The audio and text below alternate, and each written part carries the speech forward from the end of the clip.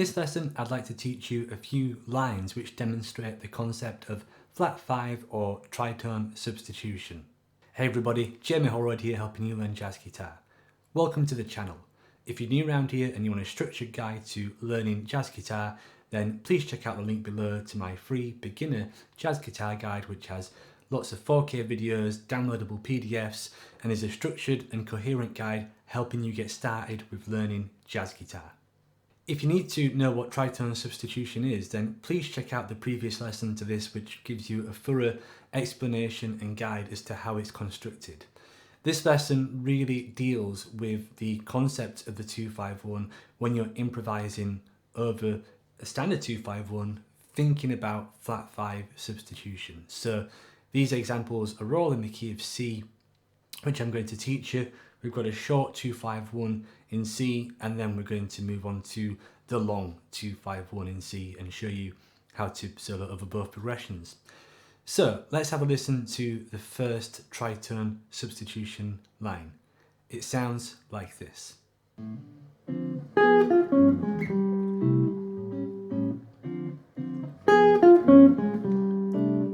In a different position.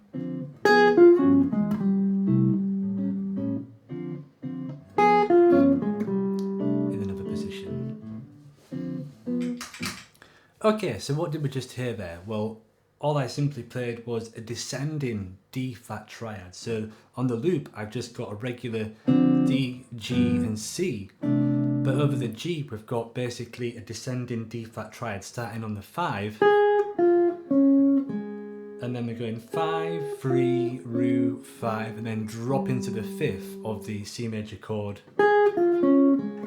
Like that. A very simple concept, but one that's, easier to digest. You really get the sound of the tritone sub into your playing when you just kind of stick to a triad, really. So you could play that anywhere on the neck if you take this D flat triad and you just go from 5th to 5th and then drop to the 5th of the C major 7th chord, and that works just fine, I think, in my opinion. It's a really nice simple one and easy to grab, and generally speaking, the triad is a very good concept to use. Even if you just take one note and kind of do a voice leading thing, like for example, if we maybe start with an A note over the D minor 7, and then we take one note, the 5, and then we resolve that to the 5th, which is a simplified version of what's going on here. Only adding the 5th of the D minor chord. So that'll be the sound. But if I maybe just demonstrate that against the loop, we're going to listen to the sound of the 5th of the minor 7 chord going to the 5th of the D flat 7 chord going to the 5th of the major 7th chord. I'll show you this in long notes, then I'll demonstrate some triad and tetrachord examples. So just in long notes so you can hear the voice leading. Low position on the neck. Triads.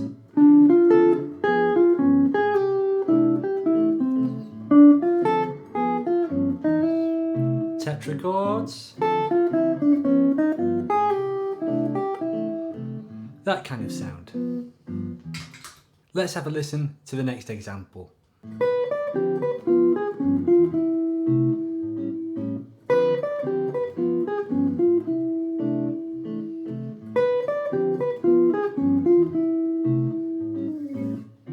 So what's going on there?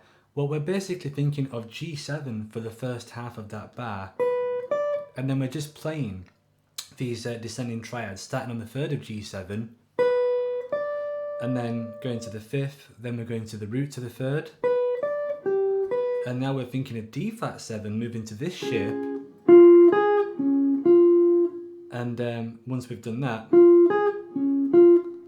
resolving to the 3rd of C major, which is basically based off that triad. So this G7 shape, this D flat 7 shape, and then we're going to resolve to the 3rd. So played slowly, you get that kind of sound, which is a nice one, isn't it? You're kind of starting with the regular sound, altered, resolved. Okay, so that's example number 2. And you can also double it up and play it like that if you want. if you can play it in 16th notes just to kind of get a quicker sound. So let's have a listen to these examples now back to back. We're going to go through example 1 and then try and practice example 2. We'll do each example twice just to try and solidify it a little bit. So first example starts on beat 3 of the bar. Here we go.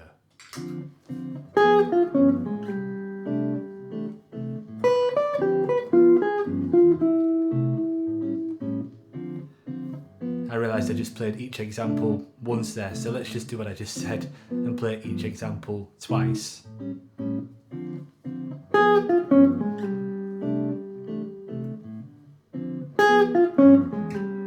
Example 2, and again.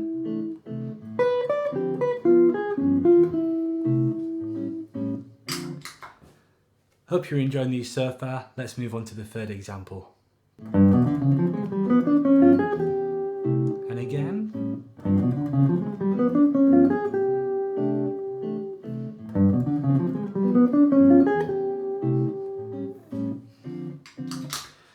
This example uses once again the regular triad, then the flat 5 triad, regular triad, flat 5 triad, and resolves to the 5th of the major chord. So rather than using kind of triads across 3 strings, this one just has 1 note on one string and then 2 on the next. So G triad, D flat, G, D flat, and it's all in triplets as well. So it probably is the most technically challenging one, but you hear this one used all the time by jazz musicians. And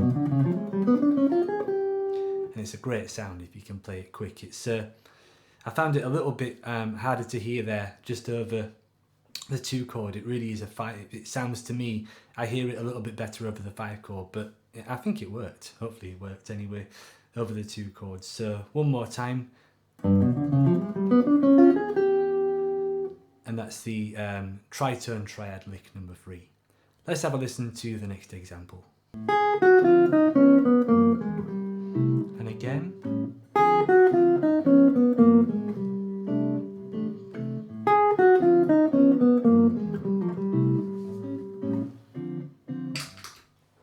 Okay, so what's going on with that example? Well, this one is the only scalic example that we've heard so far.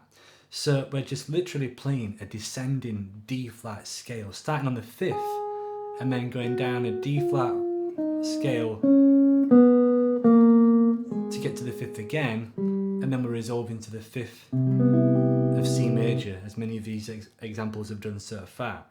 I like this one because it shows you basically straight out of the can how this substitution works. Okay, you get a D flat 7 chord and you just literally descend through the scale and fall to the 5th of the next chord by playing 8 notes.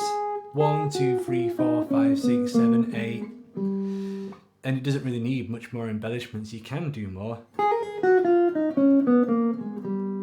Something like that.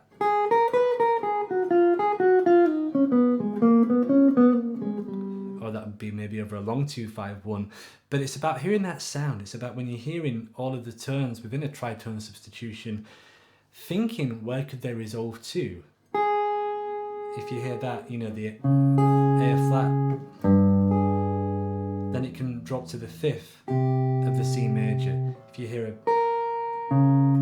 B flat, then sometimes that wants to go flat 9, sharp 9, flat 9, and then resolve. You could just resolve that one note to maybe the 6th of the chord, or you could maybe go resolve to the 7th. So, you know, when you play these, you've got to hear where they all want to go. If you hear the sound of the flat 13,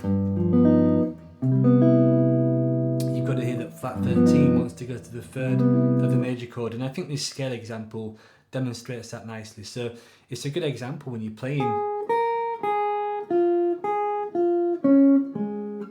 Just to play around triads or scales and kind of hear when and where it wants to resolve.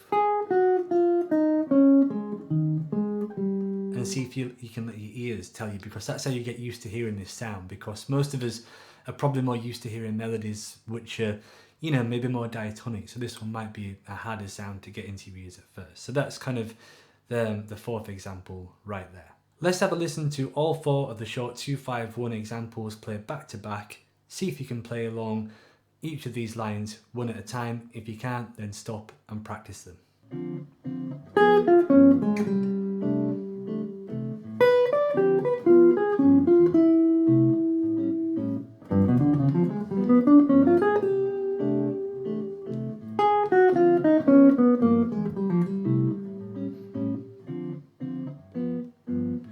We're now talking about a long tritone 2-5 line here, and I've just got one of these to show you because many of the concepts that we've talked about can just be applied over the 5 chord. You could play something else over the 2 chord and then just play one of the lines that we've already talked about over the 5 chord. So this line is a little bit more of a linear longer line, which I thought I'd put in just to show you this concept, because generally speaking long 2-5-1 lines are cool, but they're harder to apply. Whereas if you take a shorter idea like the ones that we've discussed so far, they're a little bit easier to kind of get in your playing. This last line basically demonstrates a tritone substitution that Wes Montgomery liked to use a lot. You hear it in his songs like 4 on 6 and West Coast Blues. He was a big fan of using the tritone 2-5. So what we've basically got here is in the first bar we've got a regular 2-5, D minor 7, G7, and then in the second bar a tritone 2-5 and then a 1 chord. So what do I mean by tritone 2-5? If we look at this D flat 7th chord, if you think about maybe Ted Green's companion minor concepts or Wes Montgomery's kind of minorization thing, then D flat 7 and A flat minor are basically the same sound. They're the same kind of chord. 2 and 5s are always interchangeable in jazz, and if you want to kind of quickly get a visualization reference for it, then you can do so. You can also think if that was a 5 chord, if that was a 5 chord in G flat, what would be the 2 chord? It would be A flat minor 7, wouldn't it? So that might be a more theoretical way. But G flat doesn't really have anything to do with the key of C, which we're talking about here. So the actual tritone sub sounds like this. It goes D minor 7, G7, A flat, D flat, then C major. So it's pretty loaded. You've got 4 chords in 2 bars. But it's a great sound, and lots of jazz guitar players like to play in minor. So when you're playing over that D flat 7, it's effectively the same notes, isn't it? If you get modal and you think that an A flat Dorian is the same as a D flat Mixolydian, but from a guitaristic point of view, many guitar players like playing over minor sounds. So it's kind of useful to think about that there, to some students at least, and certainly myself sometimes. So anyway, the line that I've got written out, which I've just demonstrated, goes, it starts by playing D minor over both the D minor and the G7. We're just going up a D minor scale. Then we're going to go up an A flat scale. And then we're going to resolve to the 5th of the C major 7th chord.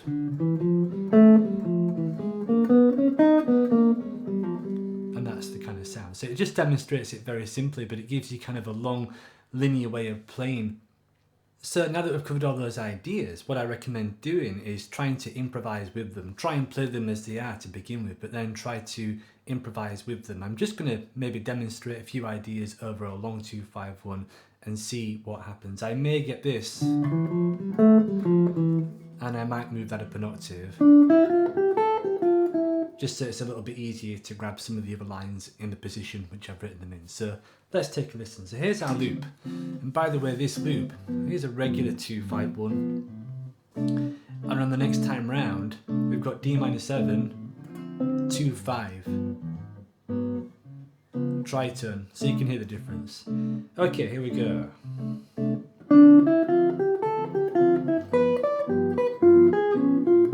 Two lines joined together. Let's simplify that now.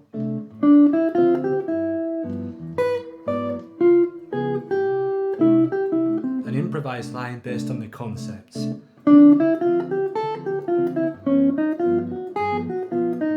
Scales.